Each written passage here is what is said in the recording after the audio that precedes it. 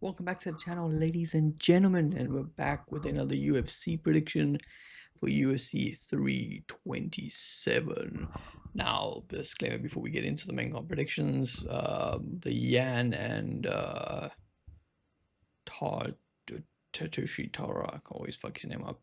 This fight's been moved, so I don't know why it's still here. This is obviously on the official UFC page.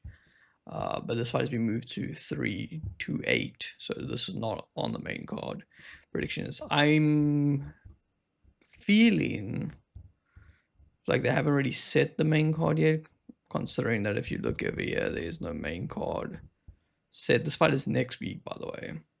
The fact that it's not already set on the official page is a little worrying, but I do think we'll probably get like the top 5 here, so it'll be this one, this one, this one, this one, and I think they'll probably bring Pitbull and Rico up. I think that's what they would do. Trying to see. I think that's probably what they do. It's still pretty stacked card if they do that. If you look at the bottom here, we got Cub Swanson there. The sleeper fight will probably be either between. This is gonna be a banger. These two are just gonna absolutely scrap. There's a great opener for the UFC card. I do think Kevin Holland and Randy Brown, that would be a fun fight to watch. But Tatiana Suarez, if you're looking for a more technical fight, Lupi versus Tatiana would be pretty good to watch too. This is a pretty overall like a pretty decent card. Obviously, the title fight being pulled out is a little bit shit. So if we have to go for 5, we should do the top 5. We'll do 1, 2, 3, 4, 5. We call that the main card. I think that's most likely going to be the main card unless they pull some fucking trickery. But anyway, let's start with the main card predictions. I'm pretty sure this is going to be the main card. I'm pretty sure they're going to move Pitbull and Rico up. I haven't really seen anything about them officially announcing it. I came on their website and they didn't fix it. So I'm assuming they're still scrambling. But let's just get the prediction out there. Like I said, it's a week away. I kind of like to do them a couple days before. I think it's about, well, no, I say it's a week away. That's as of this recording, it's Monday. So this fight is literally on the weekend. I usually do them early week. So if there's any changes, then let me know in the comments down below. But we got Patricio Pitbull versus Aaron Rico or Pico. I don't know. I said Rico.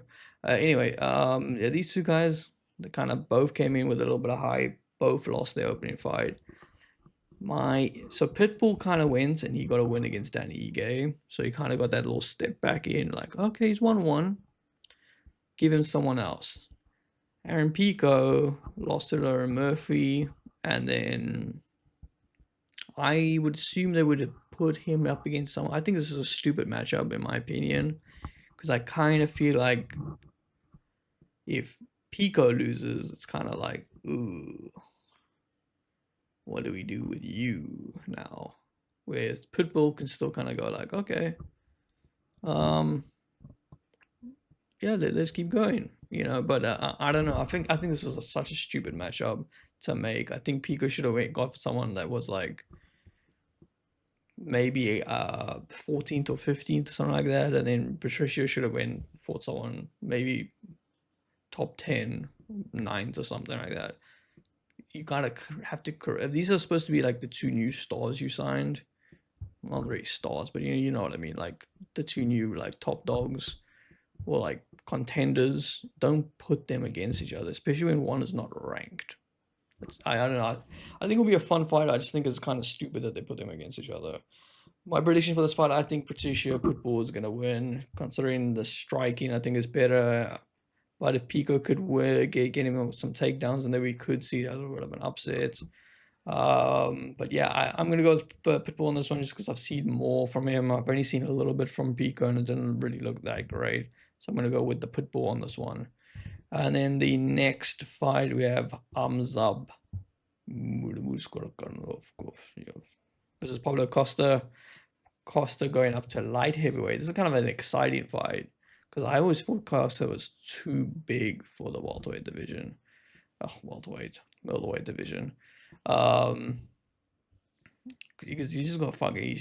This guy's just fucking jacked. Let's be real. He's super fucking jacked.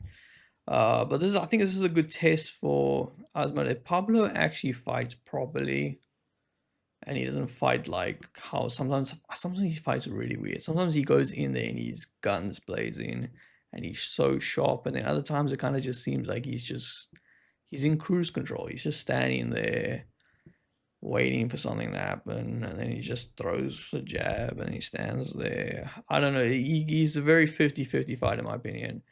But we also do know that Asman has got a fucking killer power.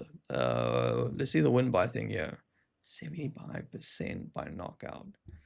I mean, Paulo Costa is 73, but yeah, he's got fucking really good knockouts in his locker. So it'll be an interesting battle. I think this is a good test for Amzat, but it's also kind of a good test for Paulo to see if he's kind of got that. Because if he wins, he's fucking top 6 in the lightweight division, which kind of crazy. But yeah, that's an interesting one. But I'm gonna go with Hamzat on this one. I think he's gonna be a little too much for Pablo in terms of the pressure. But yeah, we'll see. I'm very interested in this one. I don't know how the fuck he's 14th ranked. Did he fight in lightweight? Let me know in the comments down below. As far as I remember, his last fight was in middleweight. But let me know. No. Then we have Dominic Reyes versus Johnny Walker. Two kind of guys that were really hyped up, and then they started getting the shit knocked out of them repeatedly. Dominic Reyes obviously recently just came off a loss against the guy who's fighting on top of the card for the interim belt, Mr. Yelberg. So yeah, this is his bounce back. Johnny Walker is also just coming off a win. He's also trying to climb back up there. I don't know. This is a pretty close fight in my opinion. But I'm going to go with Johnny Walker on this one just because I think he might have his little spark back.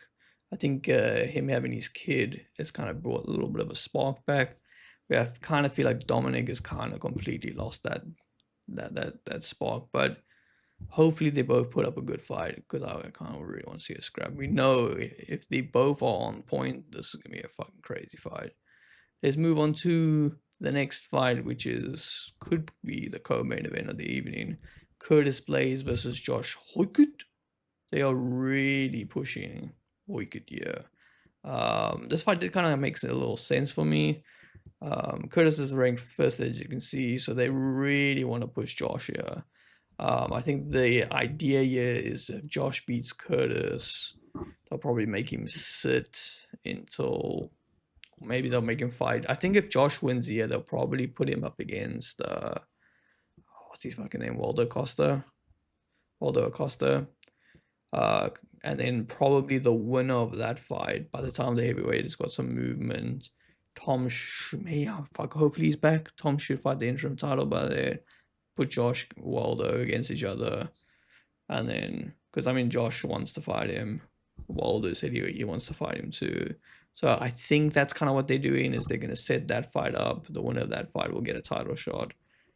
Whoever wins the unified heavyweight division. I'm going to go with Curtis Blaydes though. I think Curtis is very good at disrupting plans and fucking up everything, and he's a solid fighter. I haven't seen too much of Josh. I just think he's got a lot of hype around him. He's good on the mic, and people kind of just want to hype around someone. He got a lot of hype on him, but I think Curtis is the real fucking deal.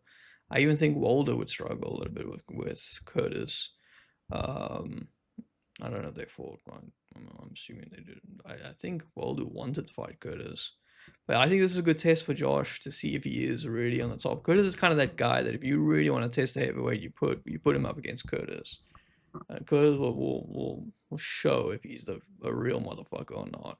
But I'm gonna go with Curtis Blaydes on this one. I think Curtis is a little bit more techy, but we'll see. We'll see if I got that right now. Obviously, the main event of the evening, Jiří Procházka versus Guaras Oiberg.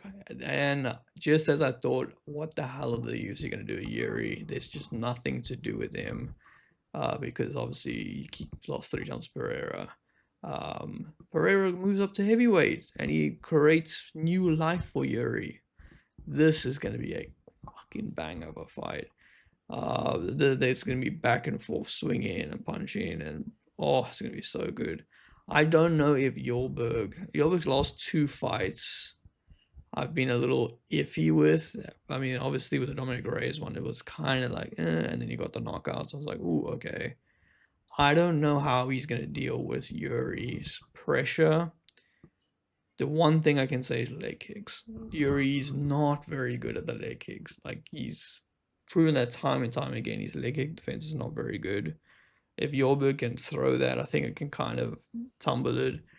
I do think Yorberg really does deserve this title opportunity, and Yuri is the best person to give an interim title shot to at this division, because every other guy he's beat, the only person he had issues with was with Pereira, and obviously he didn't get a crack at Ankalaev, which I would love. If Yuri wins, I would love to see Yuri versus Ankalaev, because there's a little bit of bad blood between the two of them.